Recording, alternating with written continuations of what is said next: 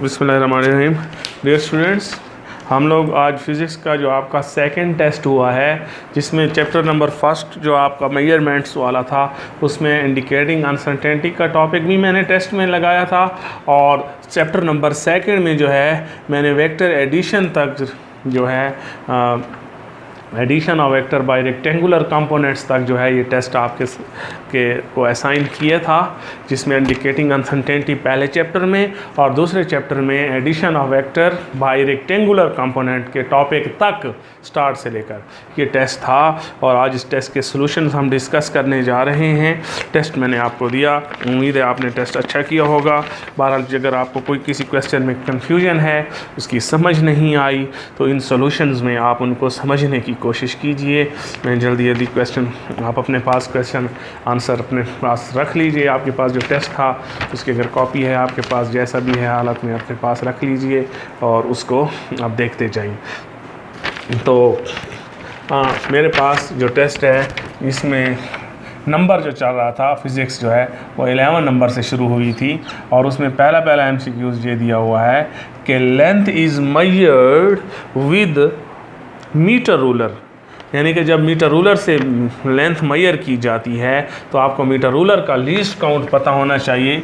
Least count of metre ruler कितना होता है डियर स्टूडेंट? 0.1 सेंटीमीटर। और मैंने क्या कहा है कि लेंथ जो मेजर की गई है वो है कितनी?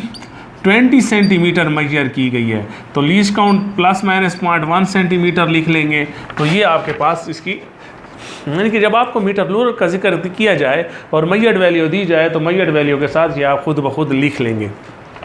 अब मैंने पूछा किया है कि मुझे परसेंट एरर बताओ लेंथ के स्क्वायर में। ये चीज़ मैंने MCQs में पूछ रखी है। आपके पास MCQ सामने है, एक दफ़ा मैं रीड आउट भी कर देता हूँ। Length is measured with metre ruler and measured value comes 20 centimetre, then percentage error in length square बताइएगा। लेंथ स्क्वायर में परसेंटेज एरर। तो डियर स्टूडेंट, पहले लेंथ का परसेंट एरर निकालो। परसेंट एरर इन लेंथ कितना आ जाएगा? Least count over measured value multiply by 100, तो ये आपके पास 5, तो ये आपके पास आ जाएगा 0.5%। और अब percent error in length square कैसे है हमें पता है, पावर मल्टीप्लाई भी परसेंट एरर करते होते हैं कि नहीं? तो पावर मल्टीप्लाई भी परसेंट एरर करेंगे तो ये आपके पास कितना आंसर आ जाएगा? 2 मल्टीप्लाई बाई 0.5 जो है, इसमें कोई शक नहीं है कि ये 1% आंसर आ जाएगा। तो ये पहला MCQs मैंने आपको सॉल्व करके दे दिया, जिसके अंदर लेंथ का परसेंटेज एरर आ गया। अब जल्दी दूसरे MCQs की तरफ मूव करते हैं, जिसका नंबर 12 है। 12 में मैंने आपको बताया कि अल्फ़ा जो है एक क्वांटिटी है जो 10 सेंटीमीटर है, मतलब ये लेंथ है, और 2% परसेंट एरर है, और बीटा जो है वो 5 सेंटीमीटर लेंथ है और उसमें 1% परसेंट एरर है। तो अल्फ़ा प्लस बीटा का परसेंट एरर बताओ। तो डियर स्टूडेंट्स, मैंने आपको बताया था एडिशन के केस या सब्ट्रैक्शन के केस में हम परसेंट एरर्स को इस्तेमाल नहीं करते। हम उससे पहले जो है उसको लीस्ट काउंट या एब्सोल्यूट एरर में कन्वर्ट करेंगे। और उसका क्या तरीका बताया था, अगर आपको याद हो कि जो है पहले इसको परसेंट कैसे कन्वर्ट, तरीका क्या बताया था? इन दोनों को मल्टीप्लाई करके 10 और 2 को और 100 पे डिवाइड कर देंगे, तो ये आपके पास आंसर आ जाएगा 10 सेंटीमीटर। तो ये आपके पास आ जाएगा 0.2 सेंटीमीटर। इसको कन्वर्ट कर लें, इसको तो कर लिया, इसको कर लें 5 सेंटीमीटर।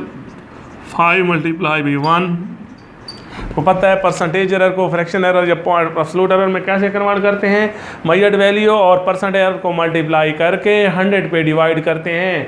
तो 10 और 2 को मल्टीप्लाई करके 100 पे डिवाइड किया, 5 और 1 को 2 मल्टीप्लाई करके 100 पे डिवाइड किया, तो ये आपके पास प्लस माइनस और 5 को इस पे डिवाइड कर लें तो ये लगभग 0.05 सेंटीमीटर आ जाएगा।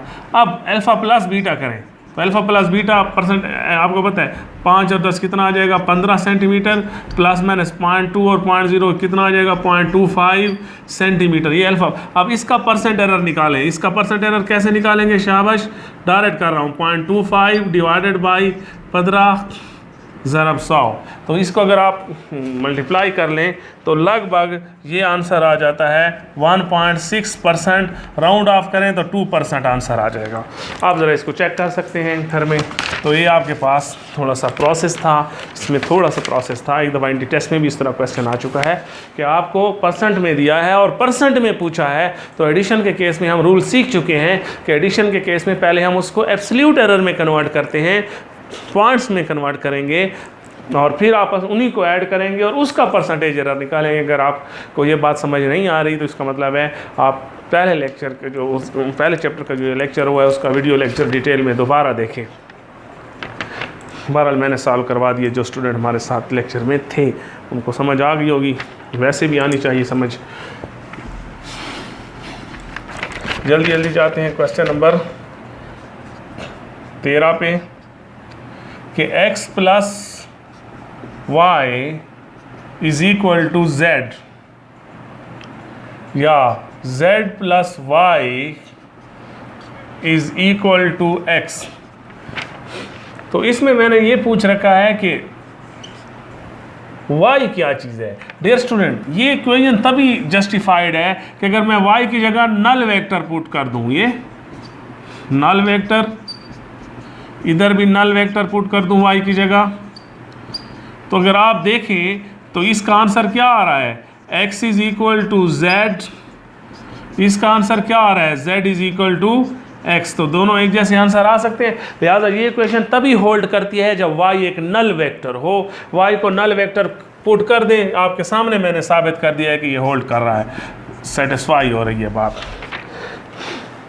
अगला क्वेश्चन है कि परसेंट एरर इन वेलोसिटी में परसेंट एरर जो है वो आपके पास कितना है डियर स्टूडेंट।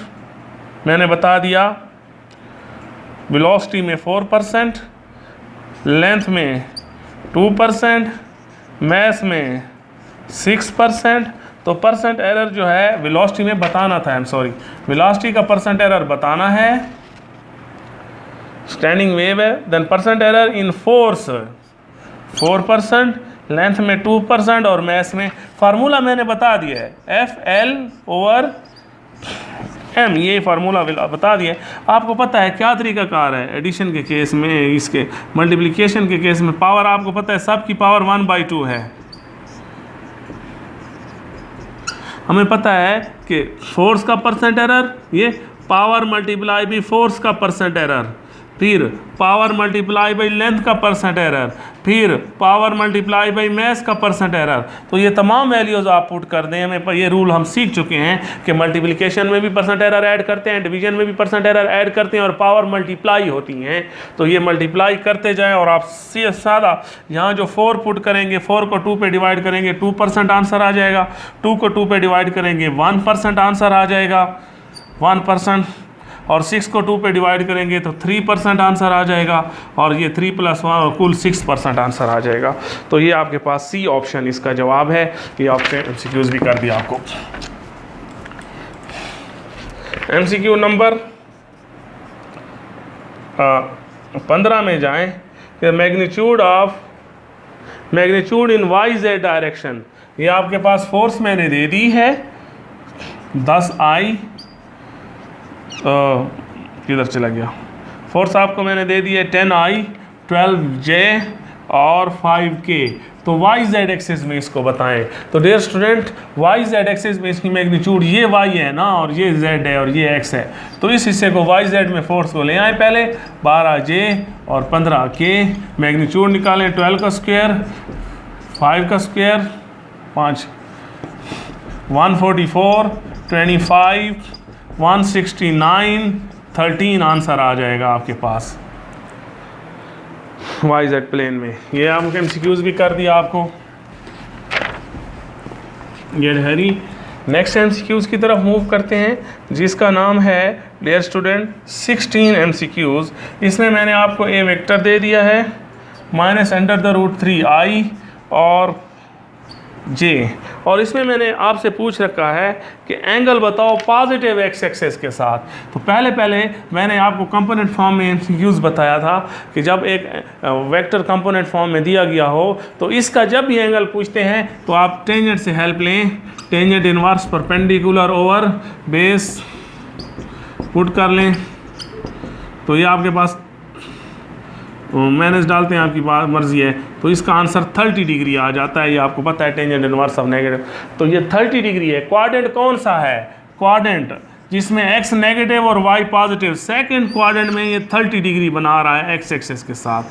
तो x एक्सेस के साथ जब ये 30 डिग्री बना रहा है नेगेटिव 30, तो यहाँ कुल कितना होगा? आप समझदार हैं, यहाँ फिर 60 होगा, यहाँ 90 होगा। 90 प्लस 60 आपको पता है कुल कितना हो जाता है? 150। तो ये आपके पास इसका आंसर आ चुका है, 150 ऑप्शन मौजूद है इस क्वेश्चन में। तो इसका मतलब ये है कि पॉजिटिव एक्स एक्सेस के साथ, यानी कि ये दूसरे क्वाड्रेंट में 30 डिग्री के साथ मौजूद है, एक्स एक्सेस पे 30 डिग्री, क्योंकि टेंजेंट इनवर्स परपेंडिकुलर और बेस एक्स एक्सेस का आंसर देता है, tangent inverse base over perpendicular y axis का आंसर देता है। तो एक्स एक्सेस के साथ आ गया 30 माइनस 30, ये क्लॉकवाइज एंगल नेगेटिव होता है। ये माइनस 30 आ गया तो ज़ाहिर है 180 से 30 निकालो तो 150 आ जाएगा, या 90 जमा 60 करो तो 150 आ जाएगा। ये एमसीक्यूज कर दिया। जल्दी जल्दी 16 नंबर पे जाइएगा, 17 नंबर 17। इसमें मैंने बता रहा है कि ए वेक्टर बी वेक्टर के साथ ऐड होकर सी देता है, मतलब सी एक रिजल्टेंट वेक्टर है जिसमें ए स्पेसिफाई हो चुका है 12, बी हो चुका है 9 और सी हो चुका है 15। डियर स्टूडेंट, अगर आप देखें तो आपको पता है 12 का स्क्वायर 9 का स्क्वायर 15 का स्क्वायर देता है। कैसे? 144, 81, 225, 144, 144 और 81 कितना होता है? 225, 225। इसका मतलब है ये आंसर चूंकि पाइथागोरस से आ रहा है, लिहाजा ए और बी किस एंगल पे हैं? इसमें कोई शक नहीं है कि जब ए स्क्वायर बी स्क्वायर सी स्क्वायर देता है तो ए और बी 90 डिग्री पे होते हैं। पाइथागोरस थ्योरम लग रहा है, तो लिहाजा इसका ऑप्शन बड़ा वाज़ेह है, 90 डिग्री या π/2 रेडियन। अगला एमसीक्यू आपके पास 18 नंबर है। 18 नंबर एमसीक्यूज को देखें। A person move 10 metre toward north, 10 metre toward north, north upward में आ रहा है, and then 10 metre toward east, the 10 metre east की तरफ जा रहा है। मैग्नीट्यूड ऑफ द रिजल्टेंट और एंगल, हमें पता है जब दो वेक्टर इक्वल मैग्नीट्यूड के हों, 90 पे हों, तो resultant under the root 2 time of their magnitude होता है कि नहीं? ये बात हम पढ़ चुके हैं, पाइथागोरस से आएगा 10 स्क्वायर प्लस 10 स्क्वायर, 100 प्लस 100, 200, या 200 को यूं कर सकते हैं अंडर द रूट, और 100 का स्क्वायर रूट 10 होता है। तो ये आपके पास मैग्नीट्यूड आ गई है। और एंगल आपको अच्छे से पता है, जब दो कंपोनेंट इक्वल हों तो ये किस एंगल पे मौजूद होता है? 45, और ये भी 45। 45 का मतलब होता है π/4। तो ये रिजल्टेंट की मैग्नीट्यूड आ गई और ये उसका एंगल आ गया है। Thank you. जल्दी जल्दी हम अगले हिस्से की तरफ जाते हैं जिसका नाम है एमसीक्यूज नंबर 19।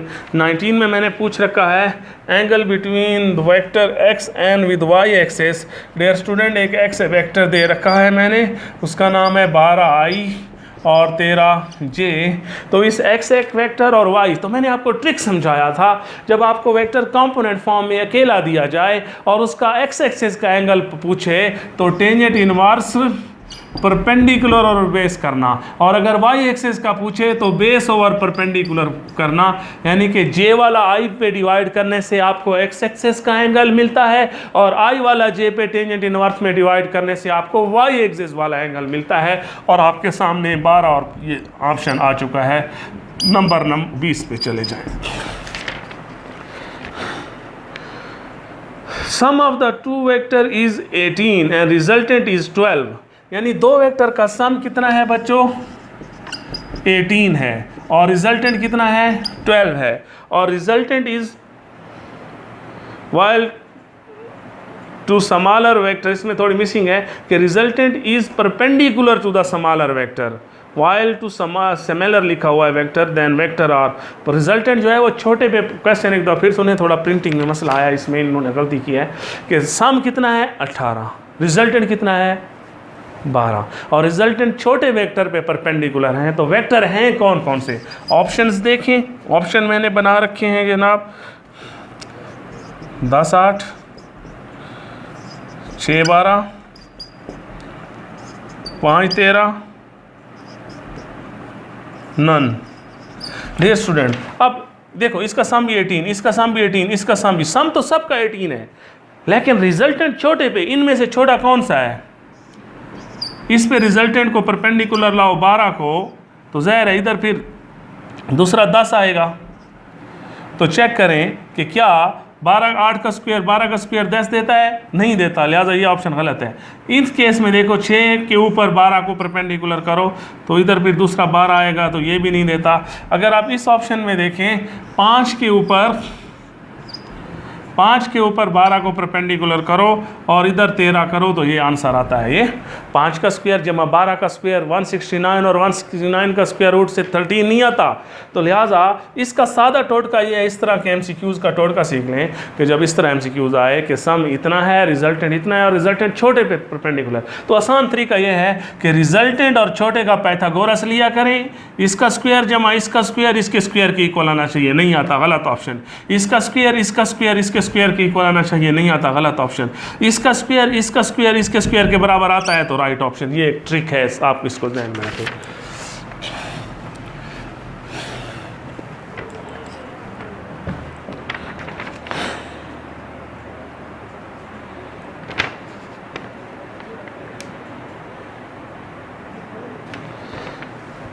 अगला क्वेश्चन देखें जल्दी जल्दी। 21 के अंदर जो है आपके पास 0.3i 0.4j pk को मैंने कह रखा है कि ये एक यूनिट वेक्टर है, ये एक यूनिट वेक्टर है। तो इसमें p क्या है डियर स्टूडेंट, जब ये एक यूनिट वेक्टर है तो अगर इसका मैग्नीट्यूड करूँ, इसका स्क्वायर p का स्क्वायर और इसकी यूनिट वेक्टर की मैग्नीट्यूड तो 1 होती है यूं, तो p स्क्वायर के लिए सेपरेट कर दें, ये इनको आपस में ऐड करें, p स्क्वायर के लिए सेपरेट कर दें, और ये 0.3 का स्क्वायर प्लस 0.4 का स्क्वायर इनको ऐड कर दें, तो ये आपके पास फ़ौरन जो है इन दोनों का स्क्वायर आपको आंसर दे देता है क्या कहते हैं 0.75, और इसका स्क्वायर रूट ले लें तो 0.75 स्क्वायर रूट आंसर आ जाएगा। तो ये आपके पास जो है इस तरह इसका आंसर आ सकता है कि p1 जो है, यानी कि बात वही है कि ये एक वेक्टर है, यूनिट वेक्टर की मैग्नीट्यूड 1 होती है। इन सब का स्क्वायर ले लें, p का स्क्वायर इसका स्क्वायर और p स्क्वायर के लिए सेपरेट कर लें, तो ये आपके पास आंसर आ जाएगा। उसके बाद अगला क्वेश्चन जो मैंने पूछ रखा है आप लोगों से, उसका नंबर किधर मुझसे मिस हो गया, हाँ 22 MCQ नंबर 22। तो 22 MCQs में minimum number of the vector in different plane which can added to give zero resultant. बच्चों मैंने आपको बताया था कि कम से कम तादाद जो डिफरेंट वेक्टर्स की होती है मुख्तलिफ़ प्लेनों के अंदर 4 होती है, एक ही प्लेन के अंदर 3 होती है मुख्तलिफ़ वेक्टर्स की, और सेम वेक्टर की 2 होती है। लिहाजा the minimum number of vectors in different plane, मुख्तलिफ प्लेन के अंदर जो कम से कम वेक्टर आपको रिजल्टेंट 0 देते हैं मुख्तलिफ प्लेनों के अंदर वो 4 होते हैं, और एक ही प्लेन के अंदर इक्वल के केस में 2 और डिफरेंट के केस में 3 होते हैं। लिहाजा इसका 4 ऑप्शन ठीक है, 4 option. 23rd the vector sum of the force 10 Newton and 6 Newton can be 10 Newton और 6 न्यूटन। डियर स्टूडेंट 10 और 6 आपको पता है मैक्सिमम रिजल्टेंट मिलता है जमा से, मिनिमम रिजल्टेंट मिलता है डिफरेंस से। तो जमा आता है 16, डिफरेंस आता है 4। तो अब कौन सा ऑप्शन इसमें ठीक ऑप्शन आप समझते हैं कि इसमें कौन सा ऑप्शन ठीक है? अब ऑप्शन मैंने दिए हैं 2, 8, 18 और 20। अब देखें सम इसी रिजीम में होगा, यानी कि जो इनका रिजल्टेंट है वो 4 से छोटा नहीं होगा और 16 से बड़ा नहीं होगा, ये 4 से छोटा है, रिजेक्टेड। ये जो 18 है ये 16 से ऊपर है रिजेक्टेड, 20 16 से ऊपर है रिजेक्टेड, 8 जो है ये इन्हीं के बीच में आ रहा है। यानी कि हमेशा दो वेक्टर का जो रिजल्टेंट होता है वो सम और डिफरेंस के बीच चलता है। तो सम और डिफरेंस का बीच 4 और 16 है, इन समेत रिजल्टेंट इसी रिजीम में रहेगा, इससे ऊपर भी नहीं होगा, इससे नीचे भी नहीं होगा। 8 इन्हीं के दरमियान में, बाकी सारे ऊपर नीचे हैं, लिहाजा 8 is right option, 8 is right option.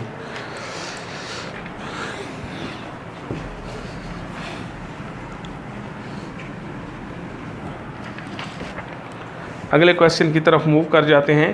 Question number 24। Number 24 में मैंने आपको ए वेक्टर दिया है, बी वेक्टर दिया और ए प्लस बी पूछा है।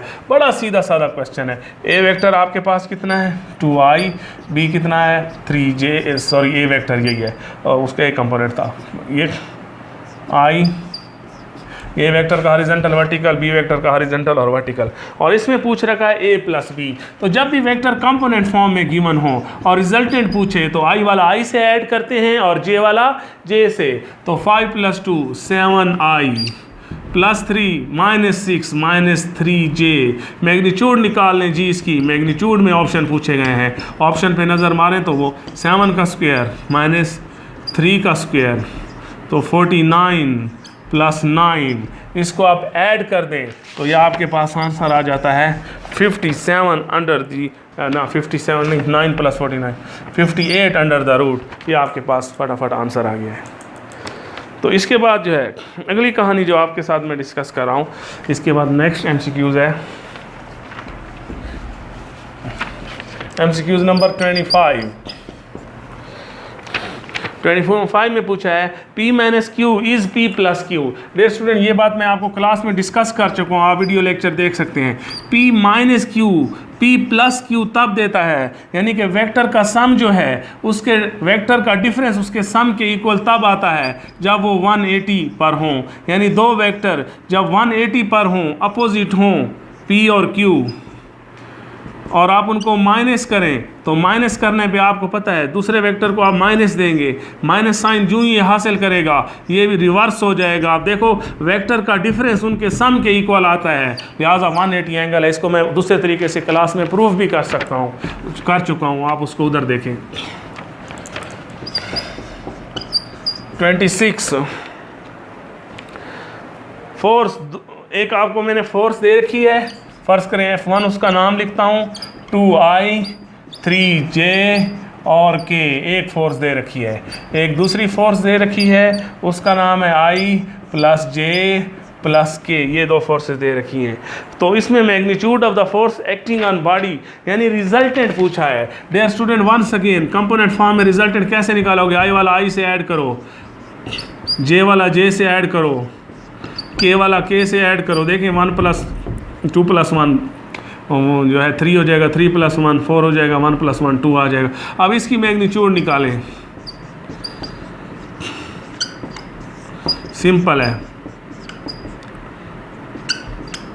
इन सब को आप ऐड करते हैं तो ये आपके पास वाज़े जो है ऑप्शन आ चुका है, इन्हीं को ऐड करें 29 under the root. MCQs number 27 पे जल्दी जल्दी जाएं। इस क्वेश्चन में मैंने कहा है कि 2 फोर्सेज, 1 इज़ 20, फिर 2 फोर्सेज हैं, एक कितनी है 20 Newton and other is 10 Newton. The direction of resultant जो है इनका फोर्स पे लग रही है और उसका डायरेक्शन अननोन है, एनी डायरेक्शन है। Resultant of the forces of body, यानी कि रिजल्टेंट, वंस अगेन आपको पता है रिजल्टेंट उनके सम से बड़ा नहीं होता। सम कितना है 30, और रिजल्टेंट उनके डिफरेंस से छोटा नहीं होता। डिफरेंस कितना है 20 और 10 का डिफरेंस 10। तो इसका मतलब है ये जो सम है it can never exceed 30 and it can never be less than 10। लिहाजा ये ऑप्शन है, सम is not less than 10 and more than 30, ये ऑप्शन है। इसी को रीड आउट करें, बाकी रॉन्ग ऑप्शन है। अगले नंबर पे चले जाएं। 28 नंबर पे जल्दी जल्दी get hurry. 5 forces 9.8 newton each acting on a body are coplanar, यानी 5 फोर्सेस हैं, हर एक की मैग्नीट्यूड इतनी है और वो कोप्लेनर हैं, एक ही प्लेन में लाई करती हैं और पांचों की पांचों इक्वल फोर्सेस हैं। If the angle neighbouring forces are equal, angle dear student 5 forces हों, कोप्लेनर हों और इक्वल भी हों तो वो क्लोज पेंटागन बनाती हैं, और क्लोज पेंटागन हो या क्लोज रेक्टेंगल हो या क्लोज ट्रायंगल हो तो इस सूरत में रिजल्टेंट जो है वो 0 ही आएगा, इसमें कोई दूसरी राय नहीं है। इसका मतलब है ये 5 इक्वल कोप्लेनर फोर्सेस हैं तो इनका रिजल्टेंट 0 ही आएगा। बात ख़त्म हो गई है, टाइम को वेस्ट नहीं करते, अगले क्वेश्चन पे जाएं। 29 resultant of 2 vector of the magnitude 3 and 4 unit is 37, यानी एक वेक्टर है 3 का, दूसरा है 4 का, रिजल्टेंट आया है √37। तो इनके बीच एंगल पूछ रखा है, इनके बीच जब एंगल हमसे पूछ रखा है तो डियर स्टूडेंट फार्मूला याद रखें, अगर आपको याद हो क्या फार्मूला समझाया था रिजल्टेंट वाला, 2ab cos थीटा। तो अब तमाम वैल्यूज़ इसमें पुट करें और cos थीटा के लिए सेपरेट करें और फटाफट आपके पास आंसर आ जाएगा। मैं समझता हूँ कि ये तो आप खुद कर लें टाइम की शॉर्टेज की वजह से।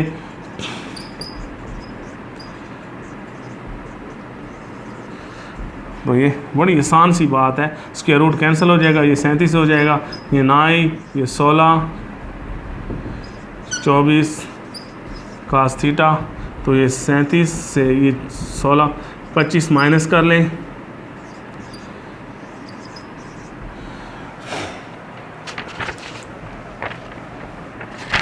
तो ये आपके पास इससे माइनस करें कितना आ जाएगा, 24 आ जाएगा। 24 cos थीटा कैंसिल कर लें, 1 आ जाएगा। अब cos इनवर्स ऑफ 1 जो है कितना होता है, 0 डिग्री।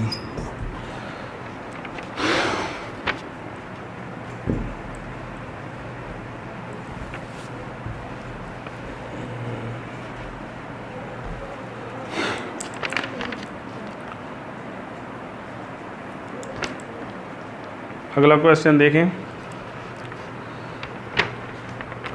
नंबर कौन सा चल रहा था, 29।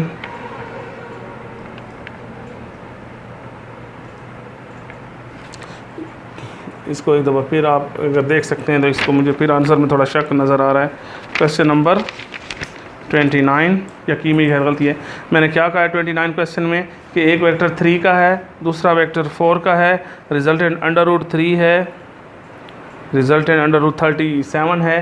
तो पुटिंग की है 37, 3 का स्क्वायर, 4 का स्क्वायर, 9, 16 और 3, 4, 12 और 12 × 24 ये आ जाएगा 37 से इसको माइनस किया है कितना आ जाता है, ये आपके पास 2 और 1, ये 12 आ जाता है, यहाँ मुझसे गलती हुई है, ये 12 आ जाता है, 12 और ये 1/2 आ जाएगा।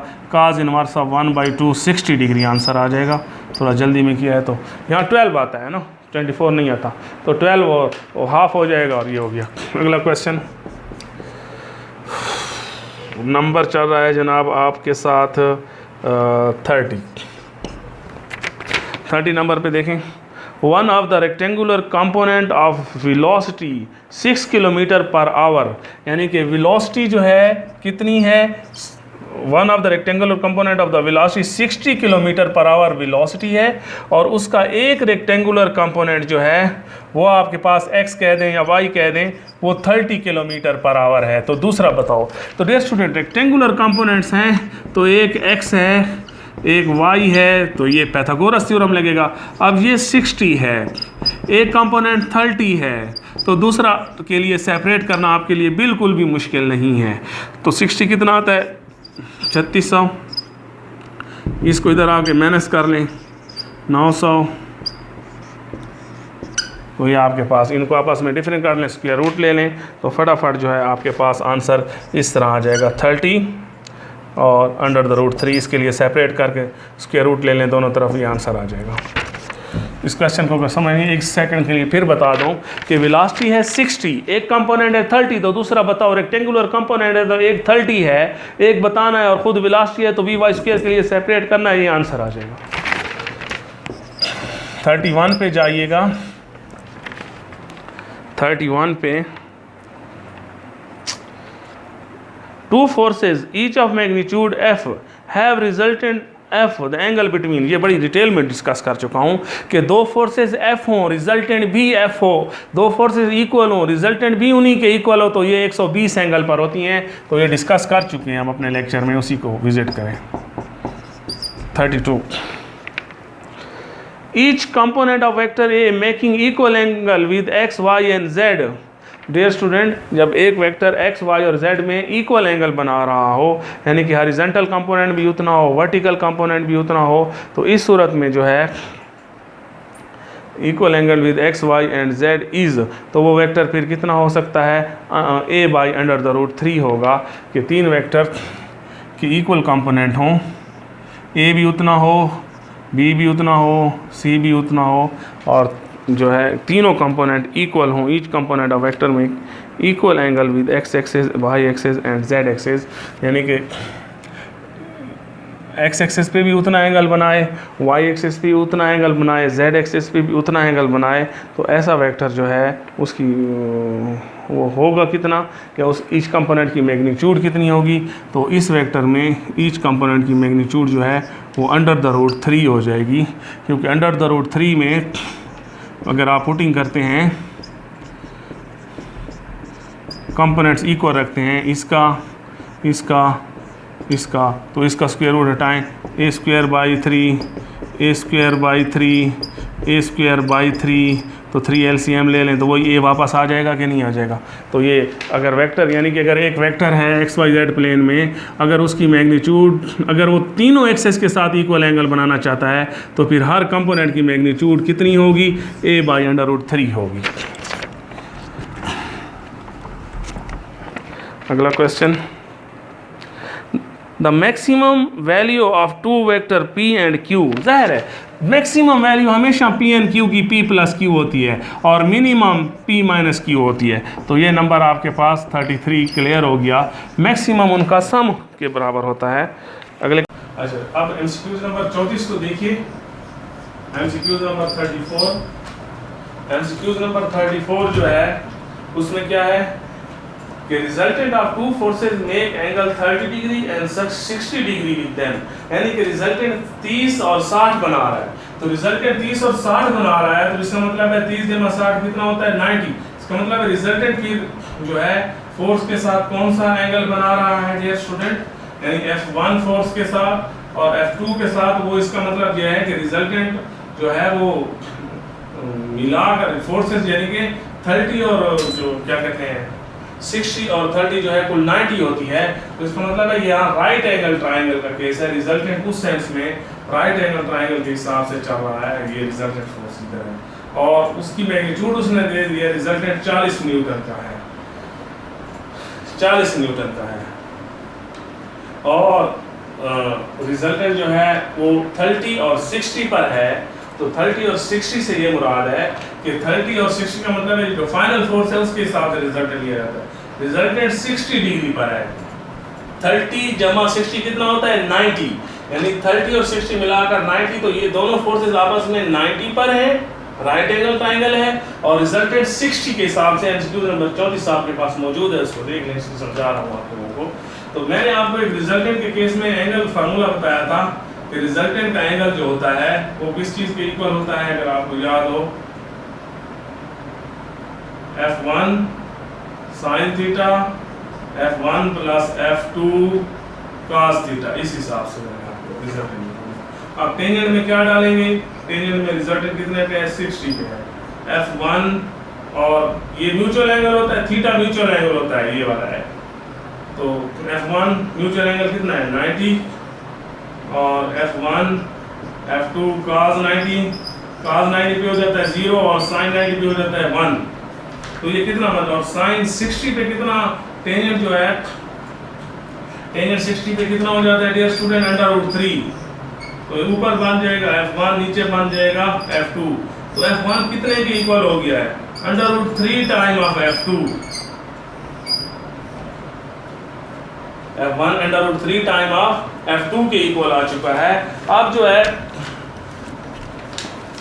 आपको पता है कि F1 और F2 जो है इनका स्क्वायर आपको क्या दे रहा है? F का स्क्वायर। F1 हमें F2 और F कितना है डियर स्टूडेंट? 40 है। रिजल्ट है 40 है। तो ये आप F1 आपके पास कितना निकाला हुआ है मैंने? अंडर द रूट ये F1 under the root 3 time of F2 square. F2 square 1600 आ जाएगा। 3 F2 स्क्वायर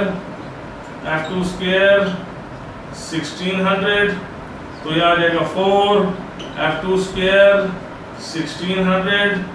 4 इससे कैंसिल कर लें। 4 2s are 16, 4 4s are 16। F2 square 400 under the root लेने F2 कितना आ जाएगा? 20 Newton.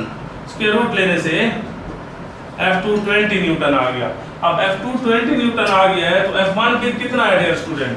F1 under the root 3 time of F2 है ना, और F2 आपके पास 20 न्यूटन, तो इसका मतलब है 20 अंडर द रूट 3। तो ये थोड़ा सा लेंथी एमसीक्यूज था, टेक्निकल भी ज़्यादा था। एमसीक्यूज नंबर 34 जो भी है कि resultant of the two forces जो है वो कितना एंगल बना रहा है? 30 और 60 90, यानी कि ये फोर्सेस आपस में 30-60 के हिसाब से, यानी कि फोर्सेस आपस में 90 के हिसाब से हैं, और रिजल्टेंट जो है वो बड़ी फोर्स के हिसाब से, बड़े एंगल के हिसाब से 60 डिग्री पे मौजूद है। सादा लफ्ज़ों में राइट एंगल ट्रायंगल थी, फोर्स दी हुई थी और इसके कंपोनेंट्स जो है वो बताने थे।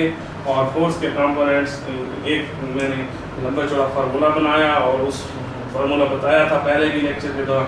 इससे कर सकते थे, लेकिन अगर आप इससे ना भी करते, इससे इसका एक अल्टरनेट मेथड भी देख लें। अगर आपको ये मेथड पसंद नहीं आता, अल्टरनेट मेथड को भी अगर आप देखें तो देख लें। आपको पता है F1 जो है, जो F1 है वो एक्स एक्सिस है, तो F1 एक्स एक्सिस है, तो एक्स एक्सिस पे क्या फार्मूला होता है? F cos थीटा नहीं होता, तो F कितनी है? 40, और cos 60 पे कितना होता है डियर स्टूडेंट?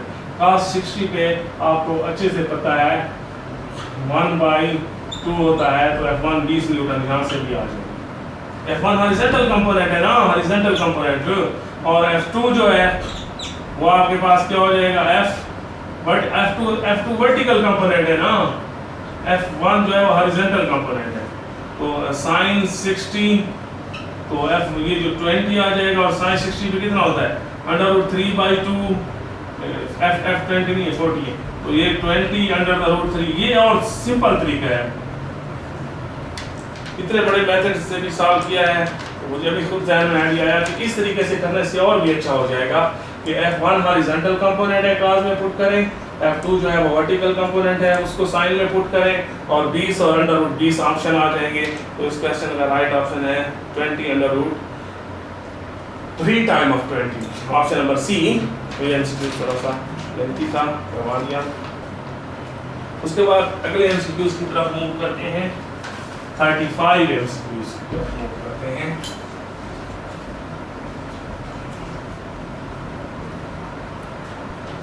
इस मेथड को फॉलो करें 34 पे, टाइम वेस्ट नहीं होगा और परेशान भी नहीं होगा।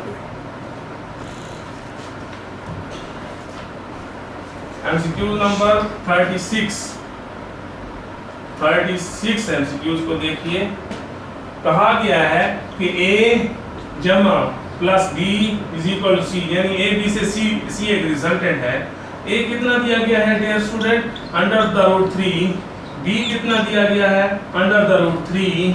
C कितना दिया गया है? 3। तो A और B के बीच एंगल बताना है, A और B के बीच एंगल बताना है। डियर स्टूडेंट फार्मूला आपको समझा चुका हूं मैं, अगर आपको याद हो, A square plus B square plus 2AB cos theta, इधर C स्क्वायर आता है, ये फार्मूला हम पढ़ चुके हैं। हमने ये म्यूचुअल एंगल बताना है। रिजल्टेंट के हिसाब से वेक्टर के बीच एंगल हमेशा इस फार्मूले से ढूंढा जाता है। ये ट्रिक समझा चुका हूँ, पहले भी समझा चुका हूँ। A B और C दिया है। C कितना है डियर स्टूडेंट? 3।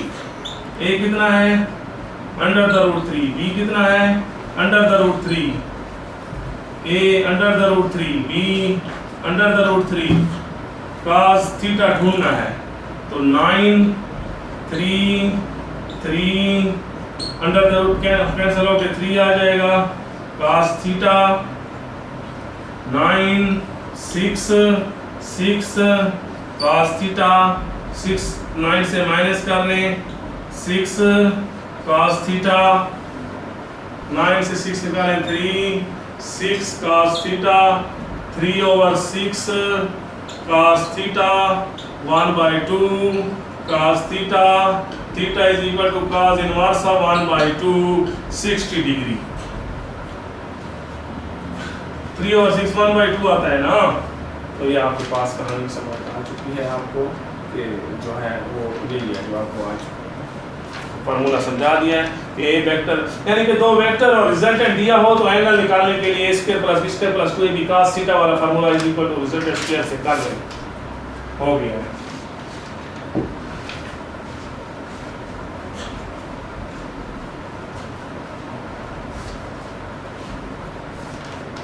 आगे जाइए नंबर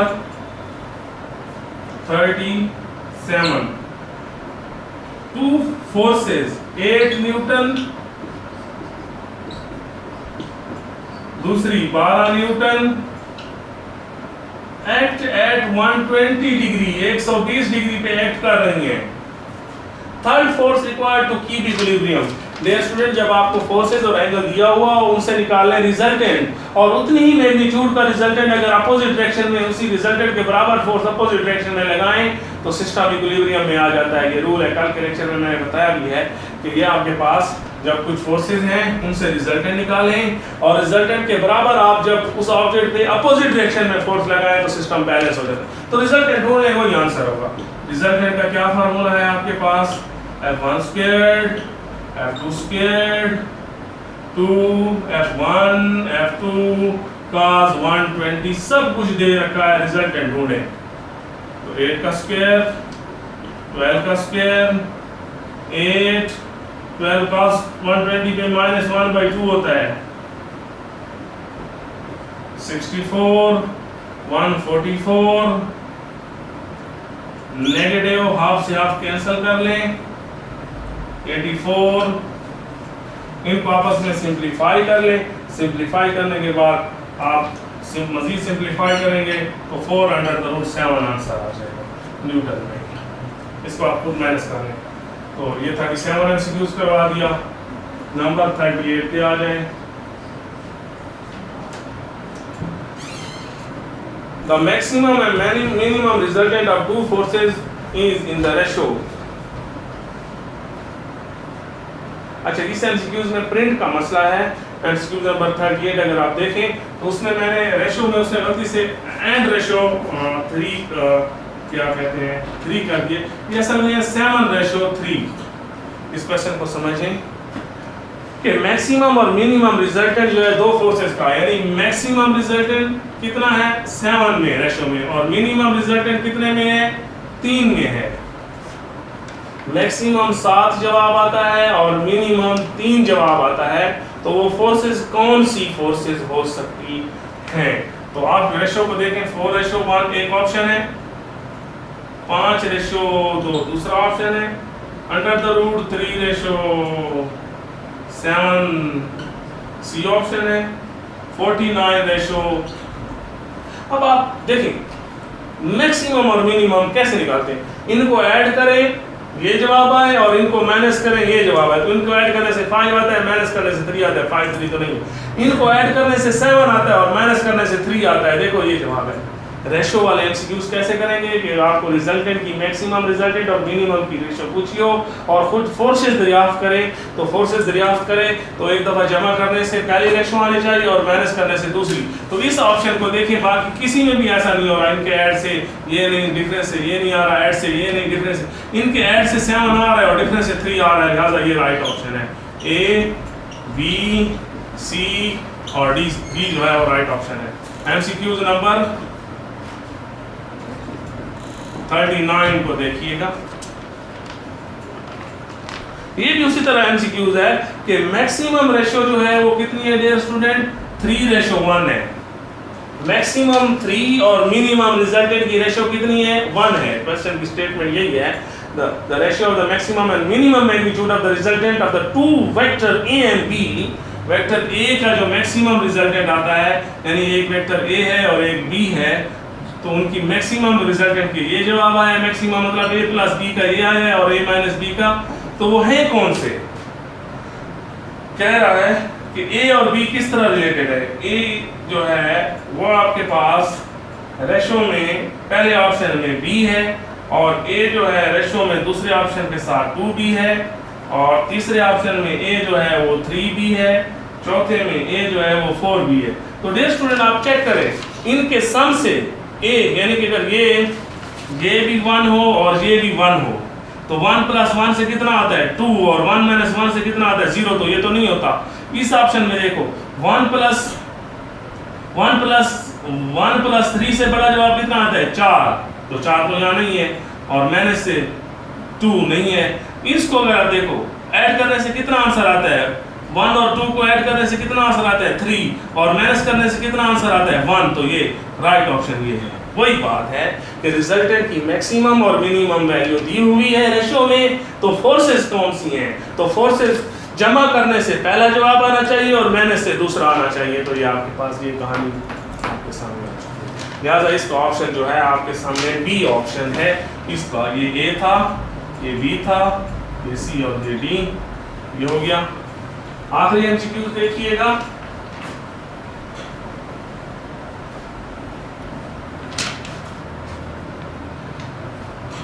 कि sum of two unit vector is also a unit vector. एक यूनिट वेक्टर है, दूसरा sum of two unit vector is also a unit vector. Dear student unit vector तो आपको पता है यूनिट वेक्टर हमेशा इक्वल होते हैं। मैंने आपको बताया था दो इक्वल वेक्टर को ऐड करने से रिजल्टेंट भी उन्हीं के इक्वल हो, तो उनके बीच एंगल कितना होता है 120 होता है। इस क्वेश्चन को सुने, आखिरी क्वेश्चन को, कि sum of two unit vector is also unit vector, यानी दो इक्वल वेक्टर का रिजल्टेंट उन्हीं के इक्वल है, तो डिफरेंस क्या होगा, डिफरेंस की मैग्नीट्यूड क्या होगी। तो डियर स्टूडेंट आपको पता है कि फार्मूला आपको पता है c² = a² + b² + 2ab cos theta whole under the root डाल दें।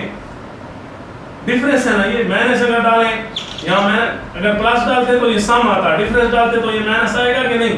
अब ये यूनिट वेक्टर स्क्वायर रूट ले कैंसिल हो जाएगा। ए एक यूनिट वेक्टर है, बी भी एक यूनिट वेक्टर है, ए यूनिट वेक्टर है, बी यूनिट वेक्टर है, और cos में 120 डालेंगे क्योंकि इन्फॉर्मेशन हमें यहाँ से पता चल चुकी है। इक्वल वेक्टर ऐड होने से रिजल्टेंट इक्वल दे तो एंगल 120 होता है, और 120 पे -1/2 आ जाएगा, कैंसिल हो जाएगा, अंडर द रूट लिखें 1 + 1 इज इक्वल टू ये -1 आ जाएगा। यहाँ पर ए यूनिट वेक्टर था, बी यूनिट वेक्टर था, ए और बी यूनिट वेक्टर थे, तो 1² + 1² - 2ab यूनिट वेक्टर के पास में, तो उनका जो डिफरेंस आएगा वो आपके पास कितना आ जाएगा, ये कैंसिल कर दें तो उनका डिफरेंस कितना आ जाएगा, √1 तो 1 होता है। लिहाजा यहाँ पर थोड़ा सा हमें इस चीज़ को देखना है कि यहाँ पर क्या गलती हुई है। हाँ, मुझसे गलती हुई है, sorry for that, I am sorry, cutting में गलती हुई है, माइनस प्लस होना चाहिए था डियर स्टूडेंट, क्योंकि यहाँ ऑलरेडी माइनस है, मैंने क्यों ख़त्म किया, ये प्लस होना चाहिए था। I am sorry for that, sorry for wasting ये अंडर द रूट से दिया सर, थोड़ी सी मुझसे गलती हुई थी, इसलिए मेरा आंसर मैंने माइनस cos 120 पे -1 तो माइनस प्लस हो जाता था ना, यहाँ माइनस था ना फार्मूले में, तो माइनस प्लस हो जाता था, 1 ऑप्शन आना चाहिए था, इसलिए ऑप्शन नहीं हो तो मैं थोड़ा सा परेशान हुआ, जल्दी में किया। तो थैंक यू वेरी मच। थोड़े से टेक्निकल एमसीक्यूज इसलिए दे देते हैं आप लोगों को, जिसमें मुश्किल होती है आप, ताकि आपकी जो वीक एरियाज हैं वो कवर हों, मज़ीद जो चीज़ें आपके सामने अनसीन हैं वो आपके सामने विजिबल होती जाएं और आप चीज़ों को बहुत अच्छे से कर सकें।